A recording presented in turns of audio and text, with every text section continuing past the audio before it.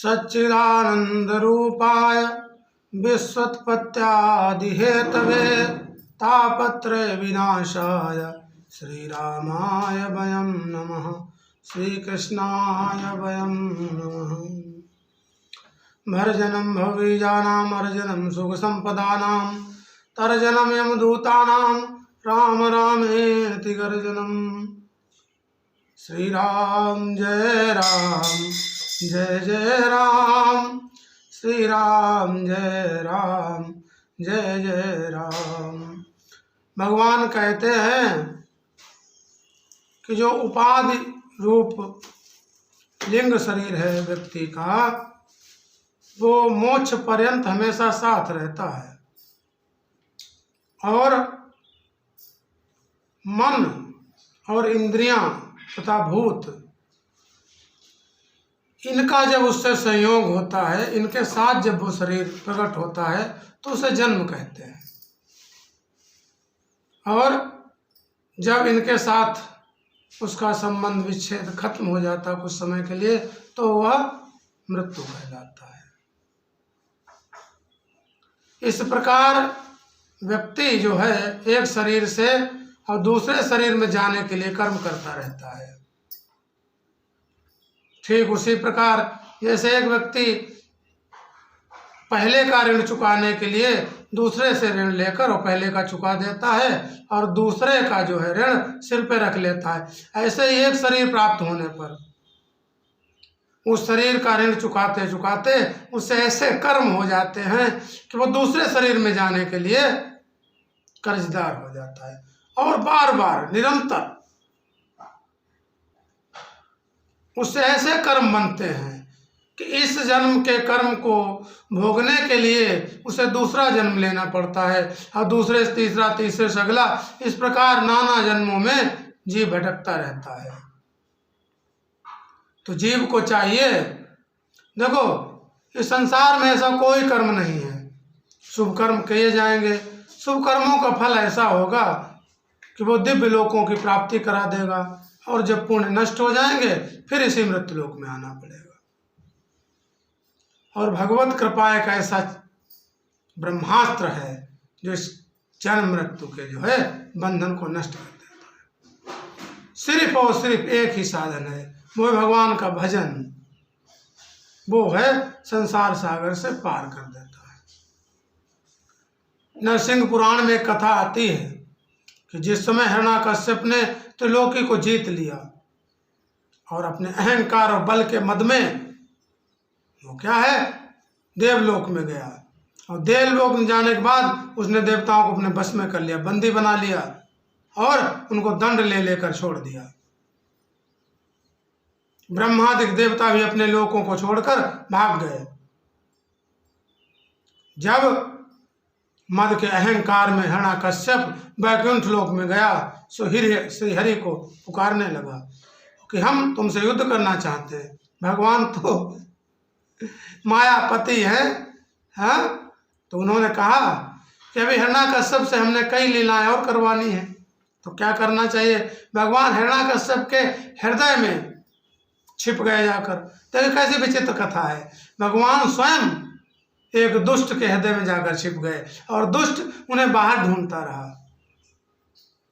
इस कथा का यही अभिप्राय है कि हम भगवान को बाहर ढूंढते रहते हैं, हम बाह्यदर्शी हैं, और जिस दिन हम अपने अंतःकरण में प्रभु को ढूंढना शुरू कर देंगे वो हमें तुरंत मिल जाएंगे। भैया प्रभु तो कण कण में है, और सबसे प्रबल उनका जो शरीर है, शक्तिमान शरीर है, वो हमारे अंदर है। आज स्त्री और पुरुष वर्णों के ऊपर राजनीति के कारण या दुर्बुद्धि के कारण बहुत सी तर्क वितर्क होते हैं, बहुत सी लड़ाइयाँ होती हैं। वो कहता हम श्रेष्ठ हैं, वो कहता हम श्रेष्ठ हैं। कौन श्रेष्ठ है? नारी और पुरुष का भेद बहुत विचारणीय विषय है। नारी और पुरुष का भेद तो है ही नहीं, क्यों संसार में नारी तो कोई है ही नहीं, सब पुरुष है। अब वो पुरुष कैसे हैं आप तर्क जरूर करेंगे।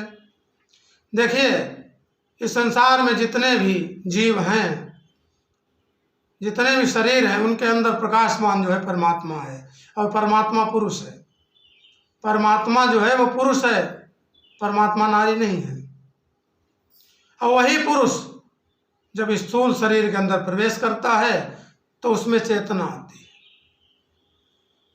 आत्म तत्व को देखा जाए तो संसार में सब पुरुष हैं, कोई नारी नहीं है। और जब शरीर का भेद हो जाता है तब नारी और पुरुष का भेद है। कुछ लोग कहते हैं, आप लोगों ने भी देखा होगा कि कुछ लोग पुरुष हैं लेकिन उनके हाव भाव, चाल चलन, उठना बैठना सब नारियों की तरह है। ऐसा क्यों है? और कुछ नारियां हैं जिनका सब कुछ पुरुषों की तरह, ऐसा क्यों है? पिछली बार हमने आपको बताया था कि जिन पुरुष शरीर धारण करने के बाद जीवों की आसक्ति स्त्री शरीर में रही, उनको स्त्री शरीर प्राप्त हो गया, और जो स्त्री शरीर में रहे जीव पुरुषों में ज़्यादा आसक्ति रही, उनको अगले जन्म में जो है पुरुष का शरीर प्राप्त हो गया। लेकिन वो जो प्रभाव था पिछले जन्म वाला वो बाकी रहा। इसलिए पुरुषों के अंदर स्त्रियों के गुण और स्त्रियों के अंदर पुरुषों के गुण दिखाई देते हैं। इस शरीर का भेद है, आत्म भेद नहीं है। और जब शरीर भेद हो जाए तो क्या करना चाहिए? तो पुरुष को जो शास्त्रों में पुरुषों के कार्य बताए गए हैं उन्हें वो करने चाहिए, और स्त्रियों को जो स्त्रियों के कार्य बताए गए वो करने चाहिए। और नहीं तो फिर ऐसा ही हो जाएगा, पुरुषों को नारी बनना पड़ेगा और नारी को अगले जन्म में पुरुष बनना पड़ेगा। ये तो झंझट को खत्म करने के लिए जिस शरीर में हो उसी से शरीर के अनुसार कर्म करो तो झंझट खत्म हो जाए, और बार बार आवागमन का जो है वो चक्र खत्म हो जाए। हम उन परमपिता सच्चिदानंद स्वरूप का ही एक अंश हैं, और उन्हीं को प्राप्त करना इस मनुष्य शरीर का लक्ष्य है। इसलिए उठते बैठते, सोते जागते और कुछ भी कर्म करो, चाहे बच्चों के साथ हो, पत्नी के साथ हो, मित्रों के साथ हो, हाँ, कहीं कार्य कर रहे हो, खेत कर रहे हो, अपना कहीं भी हो, तो मन से, जिह्वा से श्री राम जय राम, जय जय राम, श्री राम जय राम, जय जय राम, श्री राम जय राम, जय जय राम, श्री राम जय राम, जय जय राम।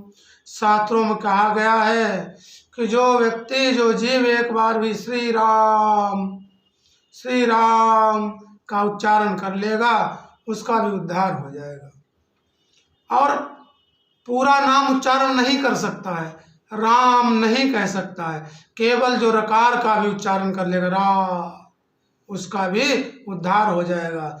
इस नाम की इतनी महिमा है, सारे तीर्थ, सारी तपस्या, करोड़ों जन्मों तक, कोटि युगों तक, कल्पों तक आप अगर तपस्या करें, यज्ञ करें, दान आदि कर्म करें, इतना फल नहीं जितना एक बार प्रेम से, श्रद्धा से प्रभु की शरण में जाकर श्री राम जय राम, जय जय राम का उच्चारण करने से प्राप्त होता है। जन्म मृत्यु का भय मत करो, क्यों? ये जीव सनातन है, ये शरीर सिर्फ बदलता है, हम नित्य हैं, अनंत हैं, परंतु ये शरीर ये बदलता है। इस शरीर को न कोई जला सकता है, न कोई सुखा सकता है, न कोई मार सकता है, न कोई काट सकता है। और जो ये भौतिक शरीर है इसी की गतियां हैं, जलना, मरना, जीर्ण होना, खत्म होना। पर जो आत्मा है वो परमानंद है, उसको कोई नहीं मार सकता। तो इस शरीर के मरने का भय मत करो, और जो शरीर परमात्मा स्वरूप है उसको कोई मार नहीं सकता है, किस लिए भय करना? हाँ, कि मन में राम, तन में राम, और जीवन में राम, मरण में राम, फिर होता क्यों हैरान, तू माया के फेर परे, तू होता क्यों हैरान, माया के फेर पड़े। कुछ भी नहीं है, सब माया का खेल है। तो सभी लोग भगवान नाम का संकीर्तन करते हैं। हरे राम राम राम हरे हरे, हरे कृष्ण कृष्ण कृष्ण हरे हरे।